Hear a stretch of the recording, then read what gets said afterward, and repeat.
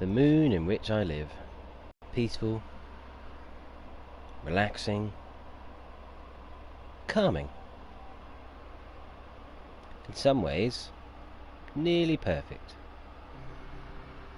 Yeah, it doesn't quite look that pretty, and I guess in some respects there's not a lot here. Which is why when I turned on the update the other day, I thought I was going to better myself. Welcome to the Essential Gamer, and obviously my name is Lee and you are on my moon base of Ellipsis 1. There it is. Now, I look kind of sorted out. I've got 4 ships, I've got power, I've even got an exocraft now. I'd moved on, I thought, up in the world, bettering myself and my surroundings for the good of the colony. But you may notice there's something a little bit different about my base. Namely, a lack of windows. Oh, but that's not the only thing. See, since the update, the Beyond update, No Man's Sky has been not only massively improved, it's huge in comparison to what it was. The multiplayer options are fantastic. The variety is vastly added to the point where many things are different wherever you go. But I tell you what's not fun. Oh, it's not fun. I'm going to show you something here. So, it's glitchy, right? It's not just glitchy, I mean, to the point where I've had nanite clusters appear and reappear, Quicksilver numbers added up here, I've had items received and not turn up where they should do, which is fine, I can handle all of that stuff, I can handle glitchy stuff, but then something happened. I was out completing tasks, namely, for the technician for the exocraft, and then I returned. And it said, see the technician. See that little symbol there? The one that looks like a little red thingamajig, hexamagong? Yeah. So I thought, oh, I'll go see him. And instead of taking me in there to his desk, it took me here, to the computer terminal. I thought, how strange. He's never done that before. Oh, well, I'll just go in and see him. Then I realised I didn't have a door. I thought, oh, that's very, very strange, because this door here wasn't there. I've had to rebuild this. I thought, that's very strange. How peculiar. Oh, No Man's Sky getting its bugs on again. Then I went inside. Oh yeah. The only thing that was in here is this save point. Everything else is gone. So there's no GEC technician there. No scientist technician here. There's no green house man GEC here, and the technician with his table that was up here has also gone. He's nowhere to be seen. All of my chairs, my tables, my beds, my screens, everything gone, erased. It's almost as if the game said, oh, there's a base here, but yeah, that's it. It's completely forgotten to remember everything that was inside. Which seems unfair, because the last time I was here I was struggling with power, which I've almost worked out now. So, I needed to construct solar panels and batteries over the regular fusion generator thing, biofuel. What I was struggling with was the blueprints. So, the way to find blueprints, if you don't know, I'll tell you since it's about the only thing I can offer you, is you go into your scanner mode, and you look for things like this. So this is a deposit symbol. Now the one that you need for blueprints, so you can unlock blueprints, sorry, the navigational data or salvage data, looks like a little Wi-Fi symbol. Literally the little signal thing that you get on your phone to tell you that you're connected to the Wi-Fi. That is the symbol you look for to find buried salvage modules. See, I didn't know that. I was looking for houses, buildings. No good. Anyway, so now I've worked out power by unlocking all the appropriate stuff and getting batteries and things and getting myself mobile with this one over here. See, a normal solar panel and battery combo like this normally works. So what I've done is, let's go into the other view. Okay, so you have wiring that goes from the battery very badly to the machine, and also to the solar panel, so that creates the grid. Okay. The battery is also connected to these storage bins. Again, badly, because the wiring looks janky. But they are connected here, and thus powered during the day and night by both the battery and the solar panel. Same with this. So if we enter the solar panel information, you can see that it gives you the power grid. So the usage is 25 kPs out of none available because it's not gathering any. But we have over 40,000 kP stored, which it's trickling down because this is running, and so the two storage bins. That's our grid. So every time you add something, the grid is just the things that you are powering and the way that you are powering them. Solar panels make about 50 kps. On average, you're going to use about 70 to 80-ish for a base. Maybe more if it's got stuff in it. Right, so we're going to do a test. We're going to do a test now. I mean, I love this game. I think it's great. I love flying around. I love being a space dude. But what I do not love, is having hours and hours and hours of work erased in seconds. It seems a mite unfair. So I'm going to put the exocraft dude back in. I'm going to put him somewhere else. I'm going to put him over here. Put him at this end, since this room is completely empty. I want it to go there or there. I'm going to put it there. Aha! He's come back. Excellent. Probably not, because I've been too worried looking for you guys. No, I haven't got it. Don't worry about it.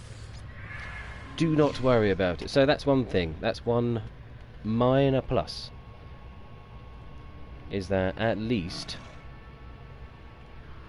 it's bringing it back. I haven't got to go and hunt the guy, look for the guy, redo the missions, blah blah blah blah blah blah blah blah. Because I really had absolutely no interest in doing that, if I'm honest. I was actually to the point when I came back last night and it was empty in here that I just left. I just saved it by accident because that's what I do, and I left in a fury, in a blind fury, I tell you. But still, it seems like all I've got to do is rebuild the tables. I think it's only one per room, if I'm right. Is that right? Well, I can do more than one. Aha, okay. So let's put a science terminal in here as well. Yeah, look at that. Oh, I could have a whole room full of them. Hang on. Done the science terminal. Need weapons. Done exocraft. Construction terminal. Boom. Oh yeah, this is far more like it. It's actually done me a favour almost. Right, so we've got, what do we need? Exocraft, construction. Need a weapon, pugnium, and I need an agricultural one, which is condensed carbon. Pugnium and condensed carbon. Well, this is good. See, now I've got these three in here. It almost feels like I need to give them some windows or something. It's a little bit claustrophobic. Hang on a minute. Oh, I've put him right at the very end of the... I haven't even put him nearby, have I? Shit, I bet I can't move that now. Is that it? Are they in? Can I pick it up? No, that's that. These three now live here. In the most boring room I can manage. Okay, let's see what... I mean, another few bugs that I've noticed while I get lost in my own building. Oh, I am lost as well. Going to the Nexus, or the Anomaly. I mean, that's a bug right there. Look at the way the floor flickers every time I run through here. I didn't do it now, just to prove me wrong. Oh, fuck you.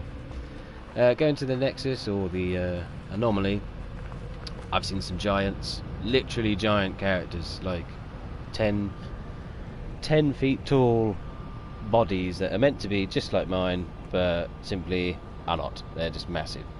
I've seen ships appear, reappear, I've seen destinations disappear. It's not really ready, if that's the best way to put it. It's not ready for multiplayer fully. It is and it isn't. I joined a custom game with Pimp, and it just seemed to not like the fact that I existed within his game. It just wanted to kick me out all the time, which is fine. I can accept that. Not everyone wants me around. That's cool. But yeah, it was quite incessant that I was not going to join in properly, and it wouldn't save the edits either. It wasn't saving the editing that I was doing, or holding me in the room, which is a shame. Because besides that, the next update's been pretty good. The actual Nexus missions are more interesting than I thought they were going to be. I did one of the sort of reconnaissance missions it offered you is digging up bones, so I had to go on an archaeological dig basically. And man, I made some money. I mean, I'm a trader. I trade the gold and the platinums and the silvers that I get because it's fairly easy to pick up, relatively cost effective to sell. So I was doing that, and then I did one archaeological dig, and I made over 2.5 million units in about 10 minutes because the bones are worth so much. So highly recommend going to the Nexus and getting yourself involved with an archaeological dig. Okay, so let's condense some carbon. I don't have stuff here. So obviously if you've never played this before, No Man's Sky is a huge ask. It really is quite confusing. I mean, it's quite confusing to me now, and I've played it for quite long enough to know better. But your basics are your refiners, your blueprint research unit. You've got other things as well that I would class as basics. Save points. You've got save beacons like this one. And probably, I wouldn't say the most important of all of them, but one of the most, certainly at the beginning, is the signal booster. You use the signal booster to find buildings and all sorts of other stuff. Obviously, like, if you're coming in at this point, I would highly recommend playing No Man's Sky on Creative and using all of the equipment that's available to you, because that way at least you've got some idea of what the hell they do. It's fair enough. Okay, so just going to quickly do this. So we need to put some of this in there, probably about that much. Put the rest of it in there. Turn it on. Gosh, done. Refining. Okay. So this grid's now empty, but you can see it's night time. This grid is still drawing power. So I need to build another solar panel at least, and maybe another 2 batteries over there. We want all 6 batteries running to run the base. And now there's things in there which I'm going to save, because that's a mistake I don't want to keep making. Whew. We can slowly build our base back up to where it was. It's a complete ball ache, but still, it's fun. Honestly, it is. No, really, I'm not lying. So in here we will put the... which was the last one? Oh, so this guy, the hydroponic dude. We're going to put him back where he was, over here. So hydroponic guy there. Cool. And then the last one is the weapons terminal, which can also go in here. But I need some pugnium. I don't have any pugnium. Nope, don't want to go up the ladder either. Back to the save point. Basically, like any RPG, save. Just keep saving over and over again. At least that way, it should hopefully stave off the need to rage quit. Anyway, so we're going to go to the Anomaly, because I didn't show you that last time, and I've just about got enough time before I leave for Liverpool in the real world to show you the Anomaly. Also, some nice upgrades that have been added to the ships. One of my favourite ones is the launch system recharger. It's probably the best addition to anything ever. It does take a while to recharge the batteries, but if you are completely out of launch fuel and things to make launch fuel with, this is the thing you need. You can just land anywhere, leave the ship. As long as it's not in function, it starts charging it, and you can just do one for a bit, go look at some plants, pick up some animals, some flora and fauna, and by the time you get back there should be enough for you to take off. It's very, very handy. Okay, let's summon the Anomaly. Oh, it's already there. Don't need to do that. So the Anomaly is home to the Nexus, which is the multiplayer interface, where you can join missions and join other people. I made a nice friend last night. He's a cool dude. We very happily made 3 million units between the two of us. It was pleasant. It was very pleasant.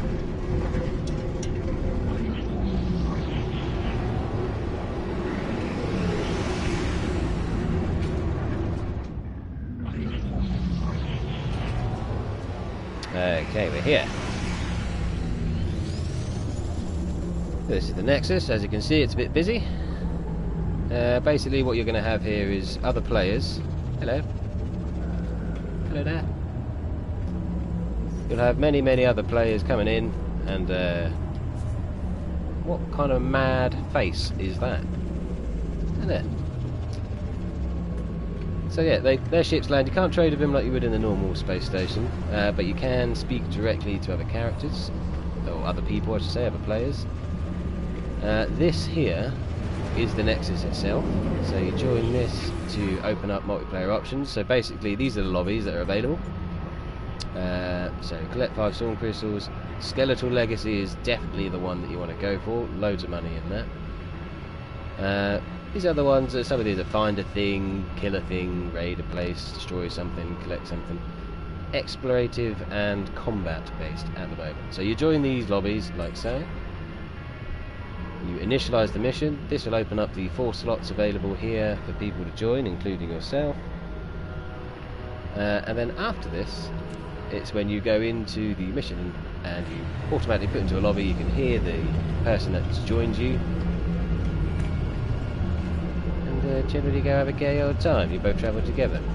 This chap turns your Quicksilver, which is the presumably to be premium currency, into bits and bobs. Can't do anything just yet, but you've got all these random bits and bobs that you can put in your house. Yeah, look, you've got gestures, you've got all sorts of different shit basically that would be premiumized, ready to go in here. It says that the tiers are complete. I don't know what it's talking about. I haven't done anything. It said I had 150 Quicksilver at one point and that's disappeared, so sod him. And then just up here, just have enough time to show you. So this guy, he likes all of your information. Anything that you've researched, anything that you've found, looked at, uploaded, go to him after doing so and he'll give you some nanites for the information. This guy here is also similar, but he likes to go directly for things like minerals or plant types and stuff like that. This guy is basically Space Gordon Ramsay. You may have heard about him. If you say it in Gordon Ramsay's voice, it sounds better. Well, don't simply stand there. Do it. Raw! Anyway, present some food to him. He'll give you nothing. Acceptable, he says. Technically, this is sticky honey, but it does not move me.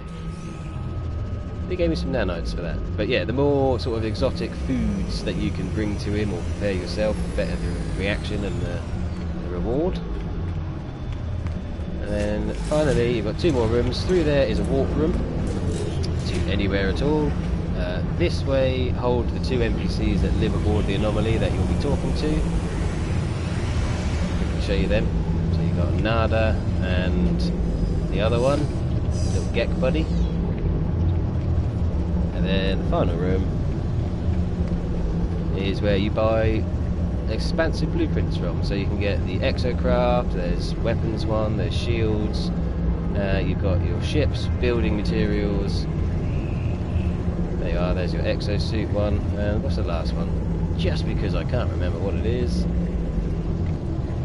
This one is nothing, so that's why I can't remember what it is, but yeah.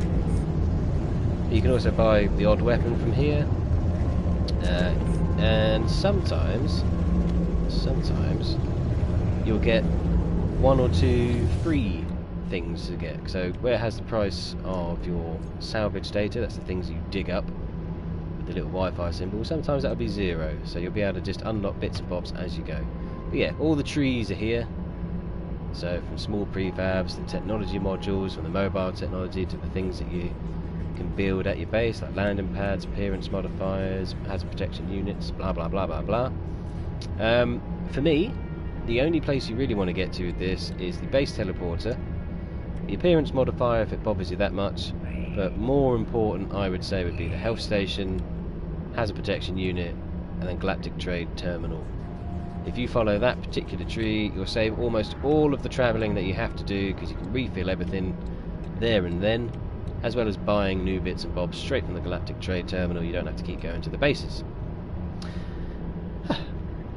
Besides that, it's all fairly basic building stuff. Walls, doors, specific window shapes, blah blah blah blah blah. Your agricultural modules is the growing stuff, so you've got your hydroponic trays, potted plants and all that sort of business, as well as the actual plants that you can just grow off the bat.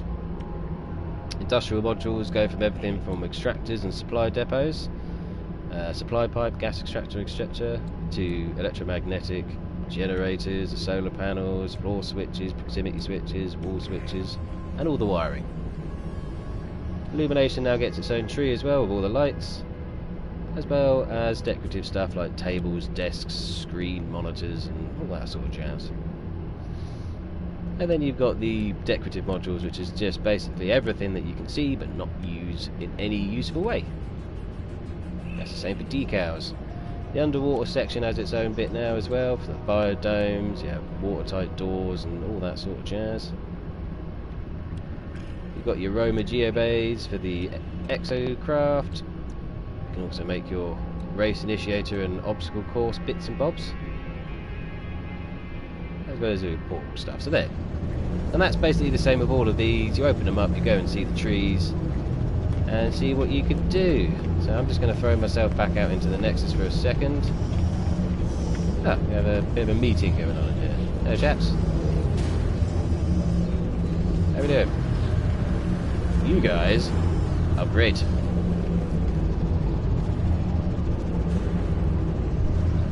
So far I've met a few people in here who I've actually ended up talking to. I've had a full-on gaming session with a chap I met last night, who is a very, very pleasant dude. I like it. I like where they're going with it. I'd like to see more like this. This is the closest to a city that we've ever got in No Man's Sky, and I think it's getting along the right track. It's fine details now. Hello Games have been fantastic in putting out the quick fixes, but they are coming thick and fast, because every time you do something like this, something major, obviously you add a lot into a game, you change the existing code, and before you know it, you've got shit that you have to change that you never even imagined. Obviously Hello Games have had to work really, really hard to get it to where it is. They're working even harder to fix all the things that are caused by the new stuff they're putting in. This is commendable, for sure. I mean, you've got to admit that No Man's Sky is impressive no matter the state that it's in. And it's in good shape. It's not the best.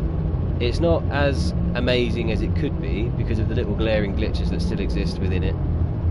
But generally speaking, I'm quite happy with how it's gone. Obviously, I'm not happy with my base falling apart and things disappearing. I accept that bugs happen. And generally speaking, I would hope that they would continue to improve on what they've already got. Anyway, that's enough from me. Thanks very much for watching. I'll see you on the next one. Goodbye.